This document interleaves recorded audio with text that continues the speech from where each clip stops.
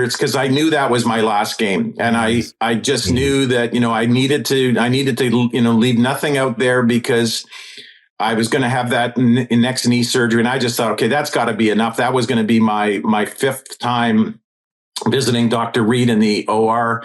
And I thought that's got to be enough. And it turned out exactly as I had hoped it would. I was able to get the win, but no, it was time for me. And when I went to see Coach Ron I trained that off season as though I might play, but I knew in my heart I wouldn't.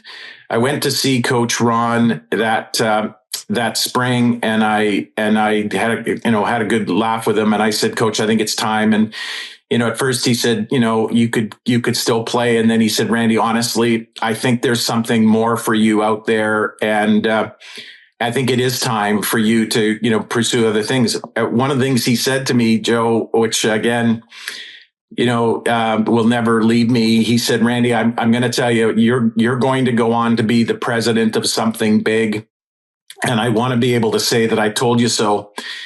And when I became the president of AGF Funds, my executive assistant came into my office to tell me there was somebody named Coach Ron, and she was not a sports person. She wouldn't know Coach Ron from a pile of beans.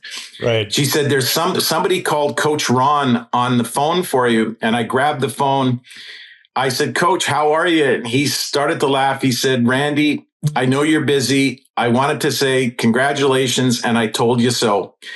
And it was one of those, again, Joe, one of those moments. That's a Coach Ron moment, because that's how he thought about people. He cared about you, on and off the field. And again, that's a phone call that I'll never forget. And I think about him, quite often, and in all of those moments that have helped me to think about how to treat people. And I've tried to emulate him in many ways.